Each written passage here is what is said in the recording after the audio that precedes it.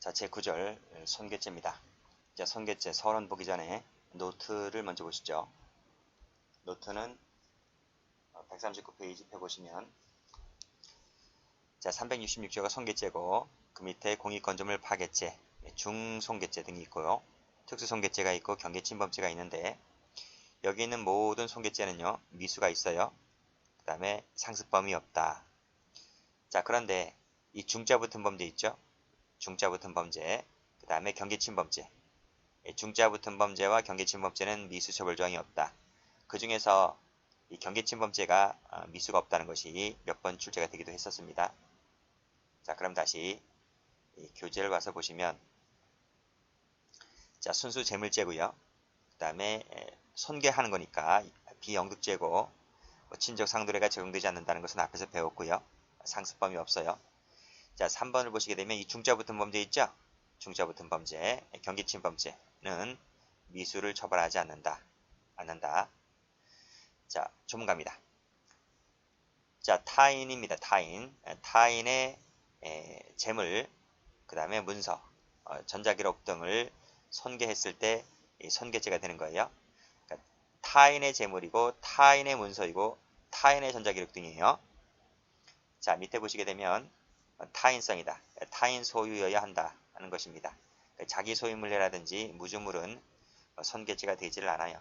그래서 산에 사는 산짐승 있지? 그건 무주물이잖아, 그쵸? 그래서 그 산짐승을 잡게 되면 형법상의 손괴죄는 되지 않지만 그 관련 법률에 따라서는 처벌됩니다. 나무집 개나 고양이는 어때요? 나무집 개나 고양이는 그 집주인의 소유가 되는 것이기 때문에 나무집 개나 고양이를 잡으면 손괴죄가 되는 거예요. 자, 타인성은 타인 소유를 말합니다. 타인 소유. 타인 소유이면 되기 때문에 자기 점유, 타인 점유를 불문한다. 문서도 마찬가지죠. 자기 명의, 타인 명의를 불문한다. 이것이 중요한 것이기 때문에 2번 체크하세요. 자, 재물이라고 하는 것은 동산, 부동산 불문하고 이 동물도 포함되죠. 반드시 경제적 교환 가치는 필요가 없지만 적어도 재물로서의 이용 가치 밑줄, 주관적 가치 밑줄은 있어야 한다. 이 주관적 가치라고 하는 것은 제가 재산죄 일반론 할 때 설명드린 바가 있고요. 문서 역시 마찬가지로 자기 명의, 타인 명의 가리지 않고 타인 소유이면 되는 거예요. 자, 특수매체 기록입니다.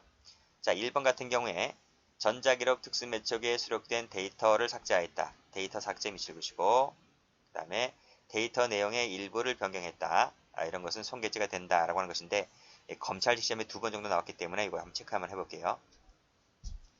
자, 기록이라고 하는 것은 영속성이 있어야 하므로 전송 중이거나 처리 중인 자료는 객체가 되지 않는다. 받으시고요. 자, 다음 판례 볼게요. 자, 확인서가 소유자의 의사에 반하였다면, 자, 소유자의 의사에 반하여 작성된 것이라면 이것은 손괴죄로 봐요. 그것이 피고인 명의이든 아니든 허위 내용이든 아니든 그건 묻지 않아요. 소유자 의사에 반하여 손괴된 것이라면 손괴죄가 인정된다. 앞에 한번 다시 한번 가보세요. 여기 뭐라 했나요? 2번에서 타인 소유이면 되는 것이지 자기 점유 타인 점유 불문한다. 진실의 내용성 있지? 진실이든 거짓이든 불문한다. 타인 소유이면 얼마든지 객체가 된다. 이런 말이죠. 그래서 여기도 보시게 되면 소유자 의사에 반하여 손괴됐다. 타인 소유죠. 타인 소유. 그 확인서가 타인 소유자의 그 의사에 반하여 손괴된 것이라면 누구 명의든 내용이 뭐든 손괴죄의 객체가 됩니다. 자, 밑에 판례 보시죠. 격리장부 이기 사건 나와 있는데 손괴죄의 객체인 문서는 법률상 사회상 중요한 내용을 담고 있을 때 객체가 되는 것이에요. 그런데 그 장부가 아직 작성 중이다. 다음 잘못되어 찢어버린 부분이다 라고 하는 것은 아직 법률상 사회상 중요한 내용이 아니기 때문에 객체가 되지 않는다. 찢어버린 부분이 무슨 의미가 있겠어요. 그렇죠? 법적으로 사회적으로 무슨 중요한 의미를 담고 있겠어요. 그리고 말씀드렸듯이 위에서 영속성이 있어야 되는 것인데 전송 중이거나 처리 중인 것은 영속성이 없으므로 아직은 객체가 되지 않는다. 그건 말씀드렸죠? 그래서 여기서도 아직 작성 중인 것은 객체가 되지 않는다라는 판례입니다. 자, 다음 OX 판례 봅니다. 자, 손괴죄의 객체가 될 수 있는 것들입니다. 자, 1번 보시게 되면 자, 그 물건이 빨간색으로 본래의 용도, 그 다음에 다른 용도로 사용이 가능했다면 적어도 재산적 가치 등은 있기 때문에 손괴죄의 객지가 될 수 있다. 그 다른 가치라고 하는 것이 바로 밑에 포도주 나왔죠. 포도주가 오래되어서 포도주로서의 가치는 상실했지만 식초 등으로 쓸 수가 있죠. 그래서 다른 용도로 쓸 수가 있기 때문에 이것도 얼마든지 객지가 될 수가 있다는 판례입니다. 그래서 이 두 가지 묶으시고요. 검은색으로 묶으세요. 검은색으로. 자, 그 다음에 농작물 나왔네요. 농작물 동그라미 치시고요. 자, 타인 토지에 권한 설정 없이 농작물을 경작했다 했을 때 제가 절도치 할 때 말씀드렸죠. 그는 경작자 소유자가 된다. 땅 주인 것이 아니라 경작자 소유자가 되는 것이다. 땅 소유자가 그 경작자가 경작한 콩을 뽑아버렸다고 했을 때는 뭐가 됩니까? 손괴죄가 되죠. 훔쳐가면 절도죄가 되는 거예요. 뽑아버리면 손괴죄가 되죠. 자, 4번 판례. 자, 쭉 읽어보시고 세 번째 줄에 분양처분에 고시가 있잖아요. 고시가 있을 때 그 소유권이 소멸된다. 고시가 있을 때 분양처분 고시가 있을 때 재개발 얘기하고 있습니다. 재개발 지역 안에 무허가 건물 나와 있지. 그래서 그 분양처분의 고시가 있을 때 그 건물에 대한 소유권이 소멸하는 것인데 관리처분 계획의 인가 고시 이후에 분양처분의 고시 이전이라 했어요. 고시가 되기 이전이라고 하면 그 무허가 건물은 아직 소유권이 누군가에게 존재하는 거잖아요. 그치? 고시가 있을 때 소유권이 소멸된다 했기 때문에 고시가 되기 이전이라면 그 무허가 건물도 누군가의 소유이단 말이죠. 따라서 제3자가 손괴했을 때는 그 사람에 대한 손괴죄가 되는 것이다 라고 봤습니다. 자, 밑에 비어있는 아파트 동그라미도 손괴죄의 객체가 될 수 있다는 판례들이고 묶으세요. 자, 7번 판례 가보시면 말씀드렸듯이 타인 소유이면 됩니다. 그게 누구 점유이든 누구 명의든 가리지 않아요. 자기 점유이든 타인 점유이든 가리지 않고 타인 소유라면 객체가 되는 것이다. 그랬습니다. 밑에 영수증 동그라미. 영수증. 피해자로부터 위 영수증을 받고 나서 전세금을 반환하기도 전에 찢어버렸다라고 했을 때 이 영수증이 타인 소유거든요. 피해자의 소유거든요. 그것이 자기 점유하에 있다 하더라도 타인 소유이기 때문에 찢어버리게 되면 그 사람에 대한 관계에서 손괴죄가 됩니다. 다음 자, 행위를 보죠. 자, 손괴, 은닉, 기타 방법으로 효용을 해야 하는 것이다 그랬습니다. 자, 효용을 해야 한다는 말의 의미는 사실상 밑줄, 감정상 밑줄도 효용을 해야 하는 것이 되는 거예요. 그 밑에 그 도표 한번 보세요. 내용을 보시게 되면 여기 커피에 담뱃재를 털어 넣었다 그랬습니다. 그렇죠? 또는 침을 뱉어 버렸다라고 하는 것. 여러분 담뱃재를 털어 넣거나 누군가가 침을 뱉은 것은 먹을 수 있어요?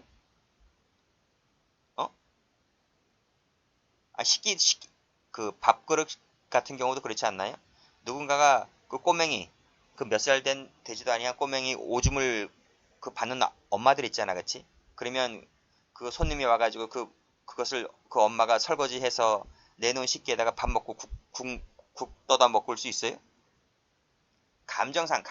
이 감정상이나마 못 쓸 것 같잖아요, 그쵸? 그러면 이것도 손괴다, 이런 말이죠. 그러니까 그 그릇 같은 경우를 부순다는 것도 당연히 손괴지만 감정상 쓰지 못하게 하는 것도 손괴가 될 수 있다. 이러한 것은 일시적 동그라미도 가능하다. 자, 손괴가 뭘까요? 자, 본래의 효용을 감소시키는 일체 행위를 손괴라고 합니다. 그러나 단순히 기능을 방해하는 것만으로는 손괴라고 볼 수가 없다는 것 참고하나마 보시면 될 것 같아요. 자, 내용도 마찬가지고요. 이런 것은 일시적이라도 괜찮다 그랬습니다. 그 예에 한번 보세요. 쉽게 결합할 수 없게 했다. 타이어 바람을 빼버렸다. 컴퓨터 데이터를 삭제했다. 담뱃재를 털었다. 이런 것들이 손괴죄의 사례가 될 수 있을 것이고 판례 볼게요. 판례 보시면 첫 번째 일시적이라도 된다. 그 사례가 바로 뭐다? 치워버렸다 동그라미, 지워버렸다 동그라미 이런 것들이 전부 다 일시적이지만 전부 다 손괴죄가 된다는 거예요. 제쳐놓았다. 그치? 그치? 그 다음에 자동문인데 수동으로만 개폐가 됐기 때문에 자동문의 효용을 상실시켰다 라고 봐서 손괴죄가 됩니다. 자, 그 다음 페이지 가보시면 광고판을 그 장소에서 제거했다 그랬습니다. 장소에서 제거했다 동그라미. 이것도 일시적이죠? 손괴죄가 됩니다. 그 밑에도 일시적 동그라미 치시고. 자, 됐지? 자, 그 다음에요. 자, 6번과 뭐를 비교하시냐면 그 6번하고 그 밑에 1번 체크해보세요. 이 두 가지를 비교하시기 바랍니다. 같은 판례예요. 같은 판례인데 위에 건 되는 것이고 밑에 건 되지 않는 거예요. 소유자의 의사에 따라 어느 장소에 게시가 된 문서를 그 의사에 반하여 떼어내는 것은 손괴죄가 돼요. 그치? 이 문서가 그 소유자의 의사에 따라 부착된 문서래요. 이 문서는. 그래서 이 의사에 반해서 떼어내게 되면 손괴죄가 되고요. 그리고 이 의사에 따라 형성된 이 종래의 상태를 변경하는 것도 이 의사에 따라 형성된 것이기 때문에 바꾸면 이것도 손괴죄가 돼요. 그러나 밑에 파란 펜 들어보시면 그 문서가 그 소유자의 의사에 반해서 붙여진 것이다. 또는 그 의사와 무관해서 붙여진 것이다. 라고 했을 때 단순히 제거하거나 변경했다는 것만으로는 손괴죄가 되지를 않아요. 그러니까 소유자 의사에 따라 붙여진 것이냐, 소유자의 의사에 따라 또는 무관하게 붙여진 것이냐를 구별해서 손괴죄 여부를 따져보시기 바랍니다. 자, 그럼 바로 2번 볼게요. 이 사건 아파트 입주자 무슨 신도시 쓰레기 무슨 건립반대를 위한 비상대책위원회 위원장인 피고인이 자, 이 사건 아파트 관리사무소장이 이 사건 회신문서 수취인들의 동의를 받지 아니한 채 엘리베이터 벽면에다가 이러이러한 문서 한 부를 임의로 제거했다 그랬습니다. 이 문서가요. 이러한 문서가 자, 그 문서 수취인의 동의를 받지 아니한 채 지금 엘리베이터 벽면에 붙여진 거잖아. 그쵸? 그치? 그러면 이 위원장인 피고인이 그 문서를 임의로 제거했다 하더라도 이것이 손괴죄가 되나요? 안 된다는 거지. 그치? 왜냐하면 이 문서라고 하는 것은 그 소유자 의사에 반해서 소유자 의사와 무관하게 붙여진 것이기 때문에 이것을 제거했다 하더라도 제거가 되지 않는다. 라고 하는 사례입니다. 중요한 건 아니고요. 앞에 나와 있는 그 위에 손괴죄가 되는 판례들이 더 중요하기 때문에 그 부분만 좀 보시면 될 것 같아요. 다음 페이지 한번 가볼게요. 은닉이 나왔네요. 은닉은 소재를 불분명케 하여 발견을 곤란 또는 불가능하게 하는 것을 말한다 했네요. 자, 판례 보시게 되면 자, 격리사무 처리상 필요 불가결한 매출 계산서 등의 반환을 거부했다 하는 것은 은닉으로 봐요. 은닉. 그래서 손괴죄가 되고요. 그러나 더 호젓한 곳으로 가기 위해서 가방을 돌려주지 않았다라고 하는 것인데 이것은 고의 자체가 없죠. 고의 자체가 없기 때문에 은닉죄로 볼 수 없는 것이고요. 사건의 증거로 제출했다라고 했을 때도 은닉죄가 되지는 않습니다. 기타 방법 나왔네요. 여기 뭐 식기에 방뇨를 했다. 뭐 감정상 걸어둘 수 없게 했다. 뭐 앵무새에게 욕설을 가리켰다. 이런 것들이 손괴가 될 수 있어요. 자, 밑에 판례 보시면 두 번째 줄권이시고 자, 빨간색으로 레커 스프레이를 동그라미 이를 이용해서 닥스했을 때는 그 건물의 효용을 해친 것이다 라고 하는 것입니다. 그래서 페인트 칠을 건물 전체를 다시 해야 돼요. 다시 해야 된다. 손괴죄가 될 수 있습니다. 그렇지만 계란 30개를 던진 것은 손괴죄가 될 수 없다. 물 청소하면 깨끗하게 지워지기 때문에 손괴죄가 되지 않습니다. 다음 주관적 요건. 자, 재물손괴죄의 범위를 인정함에 있어서는 반드시 계획적인 손괴죄의 의도가 있을 필요 없어요. 반드시 계획적일 필요는 없고 또 손괴를 적극적으로 희망하고 있을 필요는 없고 그치? 다만 뭐는 있어야 된다? 의사에 반할 정도이면 된다. 이렇게 보고 있습니다. 자, 그 다음 그리고 손괴죄는요 고의가 있어야 되는 고의범이죠. 과실범은 처벌하지 않아요. 과실손괴죄는 없어요. 근데 그 고의라는 것이 의사에 반할 정도이면 된다라는 것이죠. 자, 밑에 판례. 적법한 절취를 취하지 않고서 일방적 철거하였다라고 했을 때 고의가 있다고 봤고요. 그렇지만 파란색으로 고장난 것으로 생각을 했다. 마땅한 장소가 없어서 그랬다. 생활하수를 처리하기 위해서 이렇게 했다라는 것은 고의가 없는 거예요. 자, 비가 스며들지 않게끔 했다. 이런 것들도 마찬가지입니다. 다음 위법성이죠. 자, 위법성인데 요팔 한번 볼까요? 을은 갑의 농지를 임차했다. 그리고 94년 4월 25일까지 쪽파를 수확하지 않을 경우에 갑이 이를 이미 처분하여도 이의 제기를 하지 않기로 약정을 하였는데 쪽파를 재배한 을은 수확되지 아니한 쪽파를 병에게 매도하였는데 명인 방법을 실시하지 아니하였다. 그랬습니다. 한편 4월 25일이 지난 후에도 쪽파를 수확하지 않자 그 쪽파를 경기로 갈아엎었다. 과연 손괴죄가 될 수가 있을까 하는 것입니다. 자, 노트 펴볼게요. 자, 쪽파 사건 나왔죠? 화면을 좀 키울까요?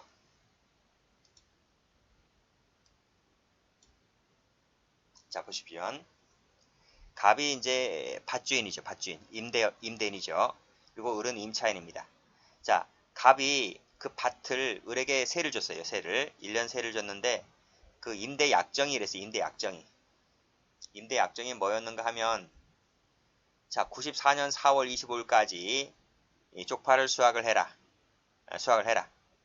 그때까지 수확하지 아니하면 내가 갈아엎어 버리겠다. 임의 처분해도 좋다라고 하는 이 약정을 합니다. 약정을 한다. 무슨 말인지 아시겠죠? 그래서 이제 세를 줬는데 이 임차인이 그래서 세를 받아서 이제 여기다가 쪽파를 심었어요. 근데 그해 겨울에 날씨가 안 좋았어요. 날씨가 안 좋아서 쪽파를 수확할 수가 없었는데요. 보통 이 쪽파는 농작물 같은 경우에는 봄철에 수확이 되잖아요. 그러면 보통 이제 이 사람은 전문 농사 짓는 사람이잖아요. 근데 병이라는 이 그 상인이 있어서 상인. 이 사람이 이제 시골에 가서 농부들로부터 농작물을 계약을 체결하고 그래서 이 농작물을 구입을 해서 가락시장에 팔잖아요. 그래서 보통 계약은 겨울철에 계약이 다 이루어져요. 그래서 이 상인과 계약을 체결했고 겨울에 이 밭대기에 있는 이 쪽파를 전량을 자기가 얼마에 계약하기로 이렇게 계약을 체결했었는데 그해 겨울에 날씨가 정말 안 좋아서 쪽파가 안 컸어요. 쪽파가 커서 상품 가치가 있어서 그래서 쪽파를 수확을 해서 상품을 내다 팔 수가 있는데 쪽파를 크지 않으니까 이건 캐나 마나 상품 가치가 없는 거예요. 그래서 쪽파를 하루빨리라도 캐고 싶지만 쪽파를 캘 수가 없었던 거예요. 근데 시간 날짜는 4월 25일이 다가오고 있는 거예요. 자, 문제는 이 을이라는 이 임차인이 이 밭에다가 쪽파를 재배했었는데 이 쪽파를 재배했었는데 이 쪽파를 병이라는 상인에게 팔았다 했잖아요. 근데 이 병이라는 상인이 수확을 하지 않았어요. 왜 수확하지 않았던 이유 말씀드렸죠. 근데 문제는 이 상인이 이 쪽파를 샀잖아요. 그런데 이 명인 방법을 실시하지 않았다. 쪽파에다가. 이 명인 방법이라는 것이 무엇인가요? 우리가 부동산 같은 경우에는 공시 방법.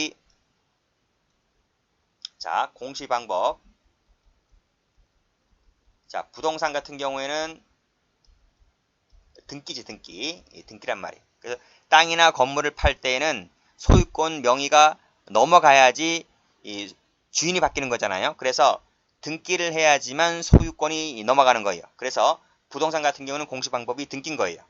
자, 동산 같은 경우에는 등기라는 게 없죠. 이것은 인도를 해주면 점유권을 인도를 해주면 소유권은 넘어가게 돼 있단 말입니다.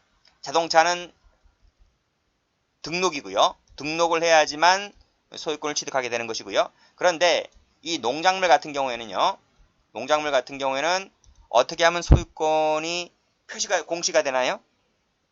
여러분 그 시골에 있는 논에 가보면 그 농작물이 있잖아요. 그러면 배추나 무에다 일일이 색이나 칼로 색이나 저거 내 거라고 이렇게 색이나 그런 거 봤어요? 그렇게 못 하잖아요. 농작물이 망가지기 때문에. 그러면 이 농작물 같은 경우에는 이 공시 방법을 명인 방법을 실시한다. 명확히 인식될 수 있는 방법으로 소유권 표시를 한단 말이에요. 군대 갔다 오신 분들 그 속옷 빨래 할 때 예전에는 군대 그 속옷이 색깔이 똑같았었거든. 국방색하고 흰색. 지금은 뭐 약간 다양하게 입을 것 같은데, 그러면 그 세탁물이 내 것이라는 것을 표시를 해둬야 되잖아요. 그걸 하지 아니하면 다른 사병들과 세탁물이 섞여지게 되잖아요. 그러면 꼬리표라는 걸 만들어서 이 속옷은 내 것이라는 표시를 해두잖아요. 그게 명인 방법인 거예요. 따라서 이 상인이 이 밭에 있는 쪽파를 샀는데 이 소유권이 내 것이다라고 하는 것을 이 밭 앞에다가 편말을 만들어서 세워두어야 된다. 세워두어야 한다. 이 편말을 만들어서 세워두는 것을 명인 방법이다 라고 한단 말이에요. 그래야지 소유권 표시가 되는 거예요. 이건 내가 돈을 주고 샀기 때문에. 그런데 이 상인이 명인 방법을 실시하지 않았기 때문에 결국 그 말은 쪽파의 소유권을 얻지 못했다라는 거예요. 따라서 계약기간이 도래했고 원래 주인이 나타나서 쪽파를 갈아엎었다는 거예요. 임차인은 그 과정을 모르죠. 쪽파를 팔았으니까 뭐 다 됐다 싶었는데 갑자기 임대인이 나타나서 이 사람 봐라. 아직까지 쪽파 수확 안 했네? 라고 해서 갈아엎었다는 겁니다. 이것이 손괴죄가 되는 겁니까? 돼야 안 돼요. 만약에 명인 방법을 했다면 손괴죄가 될 수가 있어요. 소유권은 병에게 넘어갔기 때문에. 그러나 명인 방법을 하지 않아서 병은 소유권 취득하지 못했고, 따라서 을의 소유가 될 수 있는 제3자 입장인 갑의 입장에서 봤을 때는 을의 소유라고 판단을 볼 수가 있는데, 가만히 보니까 예전에 약정하기를 언제까지 수확해라 하지 아니하면 갈아엎겠다는 약정이 있다. 이 약정이 바로 뭐다? 손괴를 하겠다는 피해자의 동의가 여기에 포함되어 있다라는 것입니다. 그래서 이 갑이 갈아엎었다라고 했을 때 손괴죄의 요건에 해당하지만 위법성이 조각된다고 해서 손괴죄 성립을 불허했다는 판례입니다. 다시 한번 교시 한번 와볼게요. 자, 1번 보시게 되면, 자, 현행민법하에서는 부동산에서는 등기를, 동산에서는 인도를 필요로 한다. 그치? 이 쪽파 같은 농작물 같은 경우에는 명인 방법을 함으로써 소유권을 취득하게 되는 것인데, 그치? 이 쪽파의 매수인, 상인이죠. 그 매수인이 명인 방법을 하지 않았다 했을 때 쪽파에 대한 소유권을 취득했다고 볼 수가 없고, 여전히 그 소유권은 매도인, 임차인이죠. 이 사람에게 있는 것이다. 근데 임차인과 그 원래 밭 소유자와는 그 약정을 했잖아요. 이 약정에다가 파란색으로 세무치시고, 약정이 있었다면 이 약정 속에는 손괴를 하겠다는 의사표시가 포함되어 있는 것이다 라고 보는 것이므로 그 기간 후에 제3자가 손괴했다 할지라도 손괴죄가 되지는 않는다는 판례입니다. 됐죠? 자, OX 판례 갑니다. 자, 1번 보시면 피해자 승낙은 언제든지 자유롭게 철회할 수 있다 했고, 그 철회 방법에는 제한이 없다고 했습니다. 자, 그 사례가 2번인데요. 자, 피고인이 피해자 갑의 상가 건물에 임대차 계약 당시 갑의 모 을에게서 인테리어 공사 승낙을 받았었는데 임대차 보증금 잔금 이것을 미지급을 이유로 공사를 중단하고 퇴거할 것을 요구하였다 그랬어요. 여기서 공사를 중단해라. 그리고 너 나가. 이렇게 얘기했다면 무슨 말이지? 이 말이 무슨 말이에요? 이것은 그 의사표시, 위 의사표시 시설물 철거에 대한 동의를 철회했다 라고 보는 거예요. 이 철회 방법이 제한이 없다 했으니까, 그러니까 공사를 중단하고 나가라 라고 하는 것도 철회 방법이 될 수 있다는 겁니다. 그런데 갑자기 이 사람이 도끼를 던져서 창가 유리창을 손괴했다라고 했을 때 뭐가 되는 거예요? 손괴죄가 되는 거죠. 자, 2번. 피고인이 갑에게서 채무 없이 잠시 빌려준 어음이 하나 있었는데, 근데 갑이 피고인의 동의 없이 을에게 대서 양도를 해주었다는 겁니다. 그래서 을이 소지 중이다. 을이 소지 중이란 말은 을이 소유자가 된 거예요. 소유자가 된 거예요. 근데 갑자기 피고인이 나타나서 그 보자 하면서 이를 찢어버렸다라고 하는 것은 타인 소유물을 찢어버린 것이기 때문에 손괴죄가 돼요. 긴급피난이라고 볼 수 없다는 것입니다. 총론 교제할 때 나오죠. 어음은 무인 증권성을 띠고 있기 때문에 소지자, 점유자가 소유권이 있어요. 그래서 이것은 을이 소유자가 되는 거예요. 발행인 소유가 아니고 을이 소유자가 되는 것이므로 피고인이 이 소지자인 을이 은행에 가서 지급 청구할 수 있잖아요. 그 지급 청구를 막아버리기 위해서 찢어버렸다라고 하는 것은 자기가 긴급피난을 주장하고 있지만 긴급피난이라고 볼 수가 없다는 판례입니다. 자, 위법하지 않은 판례 볼까요? 자, 다음 1번 판례입니다. 뽕밭을 유린하는 소유고삐가 나무를 얽혀 풀 수 없는 상황에서 고삐를 낫으로 끊었다 했습니다. 그러면 고삐를 낫으로 끊어버렸기 때문에 손괴죄의 요건에 해당하지만 위법성이 조각될 수 있는가라는 것입니다. 뽕밭을 유린한다는 거죠. 그래서 그 밭주인이, 뽕밭 주인이 나무집 소유 고삐를 낫으로 끊었다는 것인데 이 고삐 값은 얼마 안 들잖아요. 그러나 뽕밭은 그 상품 가치가 크기 때문에 뽕밭의 가치가 더 크고, 그 다음에 이런 상황 속에서 어쩔 수 없이 이걸 끊지 않으면 이 뽕밭이 더 유린당할 수 있는 상황이기 때문에 밭주인이 고삐를 낫으로 끄는 것은 요건에는 해당하지만, 구성요건에 해당하지만 위법성이 조각된다. 그래서 손괴죄가 되지 않는다는 판례입니다. 2번 판례 보시면 철거는 철거인데 판결을 받아 철거한 것은 역시 조각된다고 봤어요.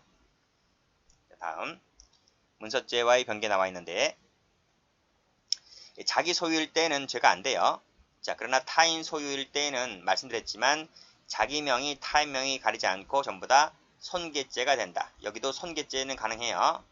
손괴죄는 가능한데 이 타인 소유, 타인 명의일 때는 변조죄가 돼요. 변조죄. 그래서 타인 소유, 타인 명의일 때는 변조죄도 되고 손괴죄도 되는데 여기서는 이 문서 변조죄가 손괴죄보다는 특별 관계에 있기 때문에 이때는 손괴죄로 처리하지 않고 변조죄로 처리한다 하는 것입니다.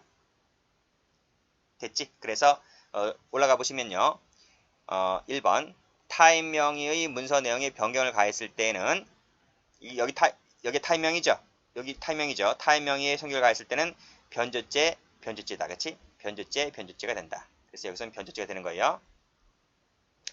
자기 명의 내용의 변경을 가했을 때, 자기 명의 여기죠. 자기 명의 변경 가했을 때는 자기 소유는 죄가 되지 않고 타인 소유일 때 안에서 손괴죄가 된다. 타인 소유일 때 안에서 손괴죄가 된다. 이해되시겠습니까? 자, 연명문서입니다. 연명문서 명의자 중 1인의 서명을 말소했을 때에는, 그치? 1인의 서명을 말소했을 때에는 손괴죄가 가능하다. 이렇게 보시고 판례 봅니다.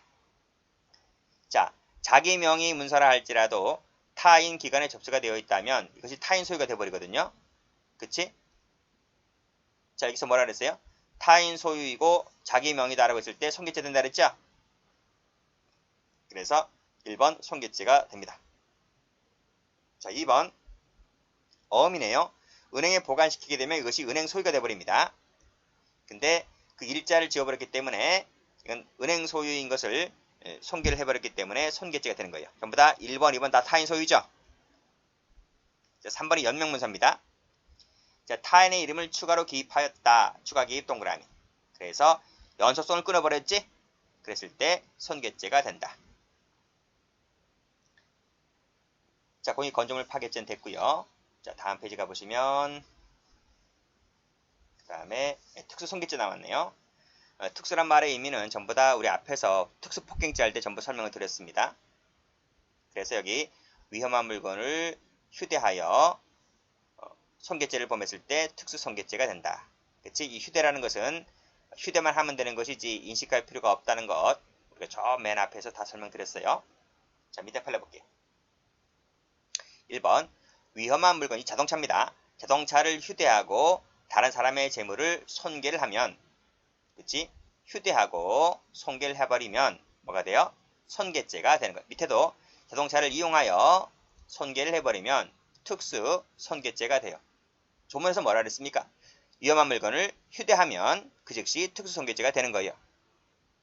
상대방이 인식했든 못했든 상관없어요. 그래서 밑에 보시면 1번을 보시게 되면 인식하지 못했다든지 위해를 입지 않았다든지 상관없어요. 그냥 휴대하고 손괴하면 특수 손괴죄가 되는 거예요. 됐습니까? 밑에도 2번을 보시게 되면 해를 입었든 안 입었든 상관없어요. 자, 올라가 볼게요. 사실관계 읽어보시고요. 자신의 승용차를 전진후진하면서 앞범퍼로 을의 승용차와 앞범퍼로 문짝을 육출에 들이받았다. 계속해서 승용차의 앞범퍼를 전방에 주차되어 있던 병의 승용차를 들이받아 손괴하였다. 이것이 바로 뭐지? 자동차를 이용하여 손괴한 거예요. 두 대를 손괴한 거예요. 그러면 특수손괴죄가 되는 것이에요. 여기서 끊고. 근데 그 차는 빈 차량이었고 탑승하는 사람은 없었고 그 피해자인 을과 병은 그 차량에 타지 못하고 옆에서 그 광경을 지켜보았었더라. 라는 겁니다. 그쵸? 그래도 특수 손괴죄가 되는 거지. 꼭 사람이 다쳐야지만 특수 손괴죄가 되는 것이 아니라 자동차를 이용해서 다른 자동차를 까버리게 되면 특수 손괴죄가 되는 것이. 다음 경계침범죄. 자, 경계침범죄 객체가 경계표죠. 경계표를 볼 것이고요.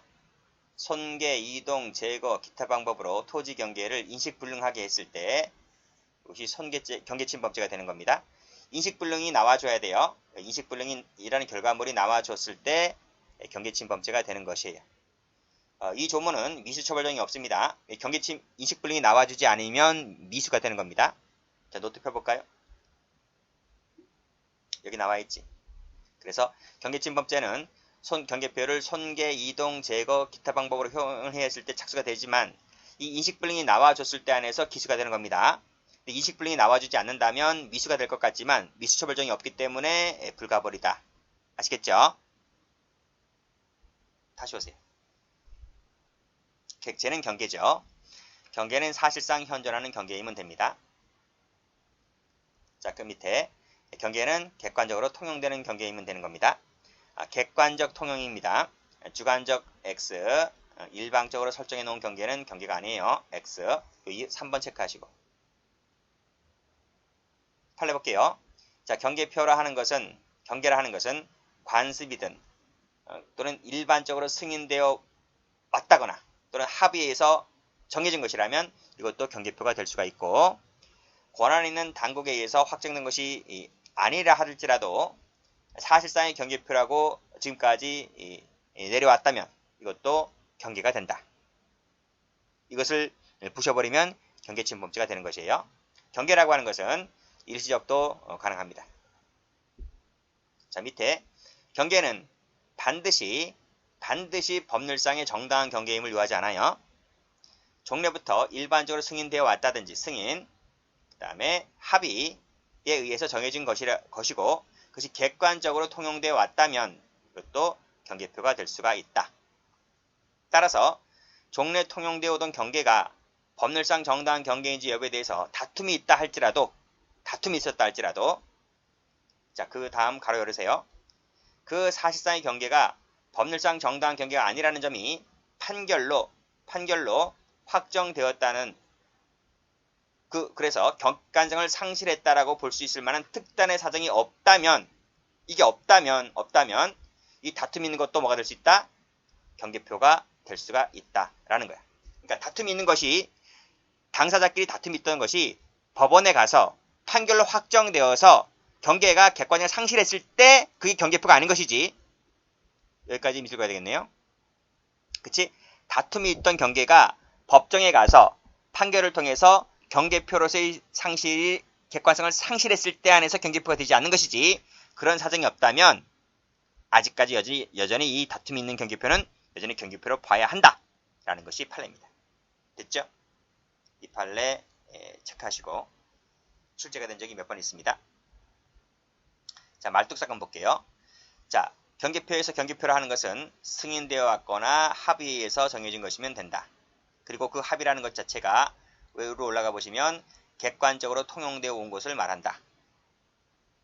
자, 그러나 밑에 2번 기존 경계가 진실한 권리 상태와 맞지 않는다는 이유로 당사자 어느 한쪽이 기존 경계를 무시하고 바람 표현으로 일방적 세무치입니다. 지 멋대로 경계 측량을 해서 개표를 설치하였다면 이 개표라고 하는 것은 객관적으로 설정해 놓은 경계표가 아니라 자기 제멋대로 경계표를 측량을 해서 경계표를 세우는 개표잖아요. 이것은 뭐다? 여기서 말하는 경계표라고 볼 수가 없다. 됐습니까? 그래서 올라가 보시면요. 쭉 읽어보시고 일방적으로 경계 측량을 한 후에 말뚝을 세워놓자 이를 승복할 수 없다면서 말뚝을 뽑아버렸지만 이 말뚝은 뭐다? 경계표가 될 수가 없기 때문에 말뚝을 뽑아버렸다 할지라도 죄가 되지 않는다. 이런 얘기입니다. 이 일방적 설정이 뭐예요? 이것이 바로 주관적 설정한 것이다. 이런 것은 경계표가 될 수가 없다. 이게 판례죠. 행위봅니다. 쭉 보시고요. 인식불능 나왔네요. 사실상 곤란하게 할 정도면 된다 했고, 말씀드렸듯이 인식불능 결과가 발생을 해야 됩니다. 근데 인식불능 결과가 발생하지 않았다면, 이것이 없다면 처벌할 수가 없는 것이죠. 이거 잘 받으시고요. 다음 페이지.